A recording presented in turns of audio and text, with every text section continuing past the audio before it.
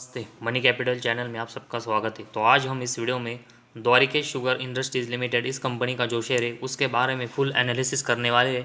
और इससे हमें ये पता चलेगा कि कंपनी करंट कैसा ग्रोथ कर रही है, कंपनी में हमें कैसी इन्वेस्टमेंट करनी चाहिए और आने वाले समय में कंपनी कैसे रिटर्न दे सकती है। और इसीलिए हमें कंपनी के रिलेटेड कुछ इंपॉर्टेंट डिटेल्स देखनी पड़ेगी, जैसे कि प्रॉफिट एंड लॉस स्टेटमेंट में कंपनी किस तरह का प्रॉफिट अर्न कर रही है, साथ ही में कंपनी की बैलेंस शीट में कंपनी के पास कितने रिजर्व है और उसके कंपैरेटिवली कंपनी के ऊपर कितना बोरिंग्स है, कंपनी के कैश फ्लोज कैसे है, डेप्टर डेज इन्वेंटरी डेज में कंपनी के नंबर्स कैसे है और साथ ही में कंपनी का शेयर होल्डिंग पैटर्न हम देखेंगे, जिसमें कंपनी के प्रमोटर एफआईएस और डीआईएस की इस कंपनी में कैसी इन्वेस्टमेंट है। और ये सब देखने के बाद ही हमें पता चलेगा कि द्वारिकेश शुगर इंडस्ट्रीज़ लिमिटेड ये कंपनी करंट किस तरह की ग्रोथ हो रही है और हमें आने वाले समय में ये कंपनी कैसे रिटर्न दे सकती है। तो सबसे पहले हम कंपनी का जो बिज़नेस है, जैसे कि हम सब जानते हैं कि कंपनी शुगर सेक्टर में काम करती है, लेकिन इसके साथ ही में कंपनी का पावर, इथेनॉल और इंडस्ट्रियल अल्कोहल प्रोडक्शन में भी हमें प्रेजेंस देखने को मिला है। लेकिन कंपनी का जो मेनली बिजनेस है वो शुगर मैन्युफैक्चरिंग का है। और शुगर सेक्टर की अगर हम बारे में देखेंगे तो वेरियस गवर्नमेंट की पॉलिसी लॉन्च हुई, जिस रीज़न की वजह से पिछले कुछ समय से शुगर सेक्टर को बहुत ही बेनिफिट हुआ है। और साथ ही में गवर्नमेंट ने जो इथेनॉल की ब्लेंडिंग पेट्रोल और डीजल में यहाँ पर की है, जिस रीज़न की वजह से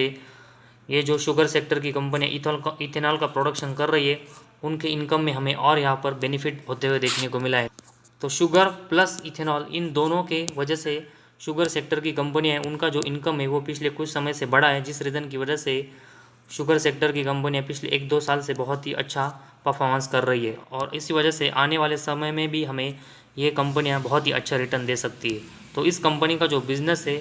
वो करंट और फ्यूचर दोनों के नज़र से बहुत ही अच्छा है, लेकिन इस बिज़नेस में कंपनी करंट और कंटिन्यूस किस तरह की ग्रोथ कर रही है वो भी हमें देखना पड़ेगा।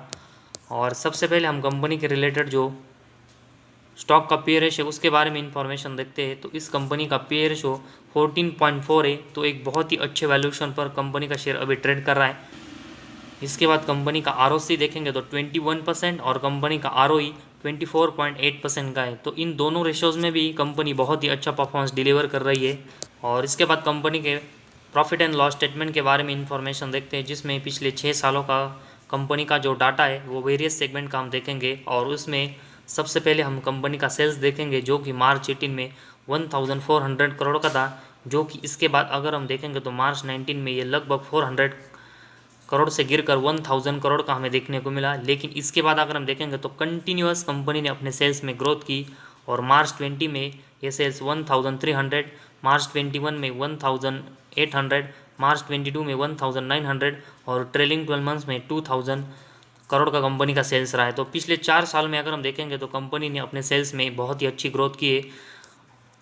और इस सेल्स के कंपैरेटिवली अगर हम कंपनी का एक्सपेंस देखेंगे तो कंपनी ने जो सेल्स है वो एक्सपेंस के कंपैरेटिवली पिछले 6 सालों में कंटिन्यूस ज़्यादा किया है, जिस रीज़न की वजह से कंपनी का जो ऑपरेटिंग प्रॉफिट है वो कंपनी ने मैक्सिमम टाइम प्लस में जनरेट किया है। और मार्च 18 में कंपनी का ऑपरेटिंग प्रॉफिट 142 करोड़ का था, जो कि इसके बाद अगर हम देखेंगे तो मार्च 19 में गिरकर 129 करोड़ का ज़रूर हुआ, लेकिन इसके बाद कंपनी का ऑपरेटिंग प्रॉफिट अगले साल बढ़कर 136 करोड़, इसके अगले साल बढ़कर 201 करोड़, इसके अगले साल बढ़कर 291 करोड़ और अभी ट्रेलिंग 12 मंथ्स में 231 करोड़ का।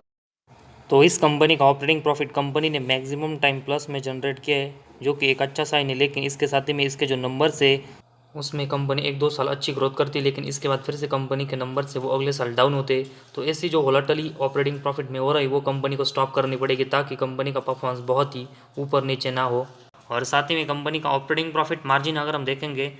तो मैक्सिमम टाइम 10% के ऊपर ही हमें ये देखने को मिला है।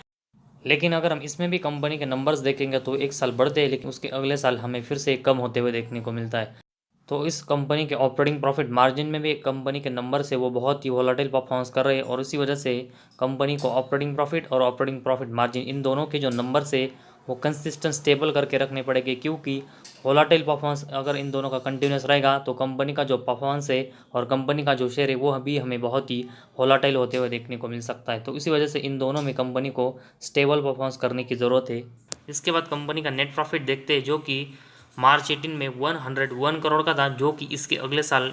ये ड्रॉप होकर 95 करोड़, इसकी अगले साल फिर से ड्रॉप होकर 73 करोड़। लेकिन इसके बाद अगर हम देखेंगे तो अगले साल फिर से कंपनी ने नेट प्रॉफिट में एक अच्छी ग्रोथ कर ये 92 करोड़ का जनरेट किया। इसके अगले साल 155 करोड़, इसके बाद ट्रेलिंग 12 मंथ्स में फिर से गिरकर 118 करोड़ का रहा है। तो मार्च 18 के अगले 2 साल कंपनी का नेट प्रॉफिट ड्रॉप हुआ, इसके अगले 2 साल फिर से बढ़ा और अभी ट्रेलिंग 12 मंथ्स में फिर से हमें ड्रॉप देखने को मिला है। तो जिस तरह कंपनी का नेट प्रॉफिट अभी हमें देखने को मिला है, इसमें कंपनी प्रॉफिटेबल ज़रूर है, लेकिन कंपनी का जो नेट प्रॉफिट है वो 1-2 साल कंसिस्टेंट कम होता है और उसके बाद फिर से बढ़ता है। तो बहुत ही वोलेटाइल हमें कंपनी का जो नेट प्रॉफिट है वो देखने को मिलता है और इसी वजह से कंसिस्टेंट जो वोलेटिलिटी कंपनी के नेट प्रॉफिट और बाकी के परफॉर्मेंस में देखने को मिली, उस रीज़न की वजह से अगर हम गिरावट में इस कंपनी में इन्वेस्टमेंट करेंगे तो बहुत ही अच्छा बेनिफिट हमें इस कंपनी में होगा, ना कि किसी भी प्राइस पर इन्वेस्टमेंट करने से। और साथ ही में कंपनी का अर्निंग पर शेयर भी कंसिस्टेंट पॉजिटिव में देखने को मिला, लेकिन इसमें भी हमें बहुत ही वोलेटाइल देखने को मिली। और उसके बाद कंपनी का अगर हम डिविडेंड पे आउट देखेंगे तो पिछले 4 साल में कंपनी कंसिस्टेंट 20% के ऊपर डिविडेंड पे आउट कर रही है और इसी वजह से कंपनी का अगर हम एवरेज डिविडेंड पे आउट देखेंगे तो 25% का डिविडेंड पे आउट है वो कंपनी पिछले 4 साल में कर रही है, जो कि इन्वेस्टमेंट के साथ ही में अगर हम डिविडेंड से जो इनकम होती है उसके लिए भी बहुत ही अच्छा साइन देखने को मिला है। तो ये कंपनी डिविडेंड तो अच्छा देती है, लेकिन साथ ही में अगर हम करेक्शन में इस कंपनी में इन्वेस्टमेंट करेंगे तो आने वाले समय में ये कंपनी हमें बहुत ही अच्छा रिटर्न देगी। और इसके बाद हम कंपनी की बैलेंस शीट के बारे में इन्फॉर्मेशन देखते हैं, ताकि कंपनी के ऊपर कितना बोरंग्स और कंपनी के पास कितने रिजर्व है वो हमें पता चले। और इसके लिए सबसे पहले हम कंपनी के रिजर्व देखेंगे, जो कि मार्च 18 में 347 करोड़ के थे, जो कि इसके बाद लगभग डबल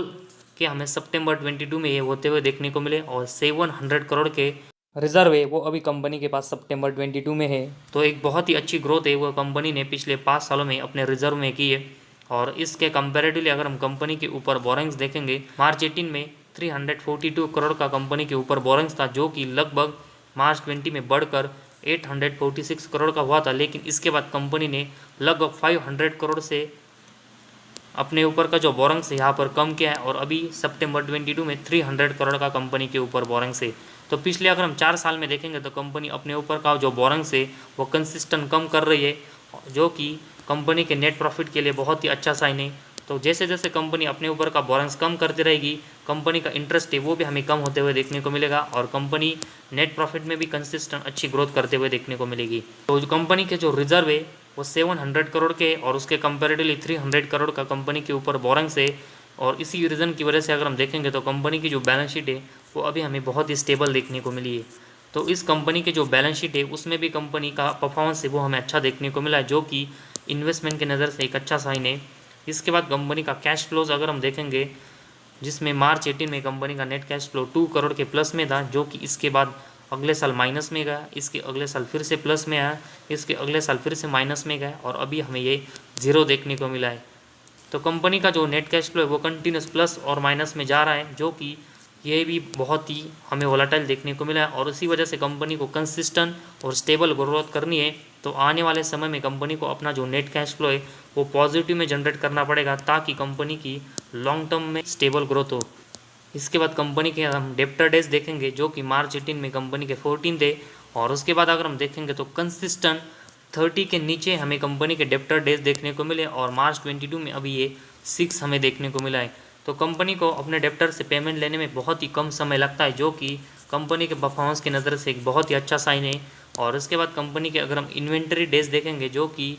कंपनी के मार्च 18 में 172 थे, जो कि इसके बाद अगर हम देखेंगे तो कंसिस्टेंट हमें अगले 3 साल 200 के ऊपर देखने को मिले और अभी मार्च 22 में ये अभी भी 200 के आसपास ही देखने को मिले। तो इसी वजह से कंपनी को अपने इन्वेंटरीज है वो बेचने में बहुत ही डेज लग रहे और इसी वजह से कंपनी को ये कम करने पड़ेंगे, ताकि कंपनी की एक अच्छी ग्रोथ हो। और उसके बाद हम कंपनी का शेयर होल्डिंग पैटर्न देखेंगे, जिसमें कंपनी के प्रमोटर के पास लगभग 42% की हिस्सेदारी है, जो कि एक ठीक ठाक है। और उसके बाद एफआईज की इन्वेस्टमेंट इस कंपनी में देखेंगे तो 5.66% है। इसके बाद डीआईएस की इन्वेस्टमेंट 3.27, गवर्नमेंट की इन्वेस्टमेंट 0.13 और पब्लिक की इन्वेस्टमेंट इस कंपनी में 48.84% है। तो इस कंपनी के अभी जो मेजॉरिटी स्टेक है वो कंपनी के पब्लिक के पास है, जो कि पिछले कुछ समय से अगर हम देखेंगे तो पब्लिक की जो इन्वेस्टमेंट है वो इस कंपनी में कम होते हुए देखने को मिली है। और उसके कंपैरेटिवली तो पिछले 1-1.5 साल से अगर हम देखेंगे तो एफआईज की इन्वेस्टमेंट है वो इस कंपनी में कंसिस्टेंट बढ़ रही है, और साथ ही में डीआईएस की भी एक अच्छी इन्वेस्टमेंट है जो कि इस कंपनी के लिए हमें पॉजिटिव साइन देखने को मिला है। तो और तरीके से शुगर ये कंपनी एक प्रॉफिटेबल कंपनी है, साथ ही में कंपनी अच्छा डिविडेंड कंटिन्यूस पिछले 4 साल से अपने शेयर होल्डर को दे रही है, जो कि एक बहुत ही अच्छा साइन है। साथ ही में इस कंपनी के जो रिजर्व है वो कंसिस्टेंट बढ़ रहे और उसके कंपैरेटिवली कंपनी के ऊपर कम बोरिंग्स है, जो कि इस कंपनी की बैलेंस शीट को बहुत ही स्ट्रांग बना रहा है। साथ ही में कंपनी के डेब्टर डेज भी अगर हम देखेंगे तो ये भी बहुत ही कम है, जो कि ये भी कंपनी के परफॉर्मेंस की नज़र से एक अच्छा साइन है। लेकिन कंपनी का जो प्रॉफिट कंसिस्टेंट बहुत ही वोलेटाइल हो रहा है, और इसी वजह से हर करेक्शन में अगर हम इस कंपनी में इन्वेस्टमेंट करेंगे तो ही हमें इस कंपनी में अच्छा बेनिफिट होगा, ना कि किसी भी प्राइस पर इन्वेस्टमेंट करने से। तो जब भी इस कंपनी का जो शेयर है वो हमें करेक्शन में देखने को मिलेगा तो बाइंग की नज़र से हमें ये बहुत ही अच्छी अपॉर्चुनिटी होगी, और उसी समय अगर हम इस कंपनी में इन्वेस्टमेंट करेंगे तो आने वाले समय में ये शुगर सेक्टर का शेयर है वो हमें बहुत ही अच्छा रिटर्न दे सकता है। तो फिलहाल आज हमारे इस वीडियो में बस इतना ही। अगर आपको हमारे वीडियो पसंद आया तो इस चैनल को ज़रूर सब्सक्राइब कीजिए, साथ ही में बेल आइकॉन प्रेस करके ऑल सेक्शन पर क्लिक करें ताकि आपको शेयर मार्केट की हर अपडेट जानकारी नोटिफिकेशन के थ्रू सही समय पर मिल सके।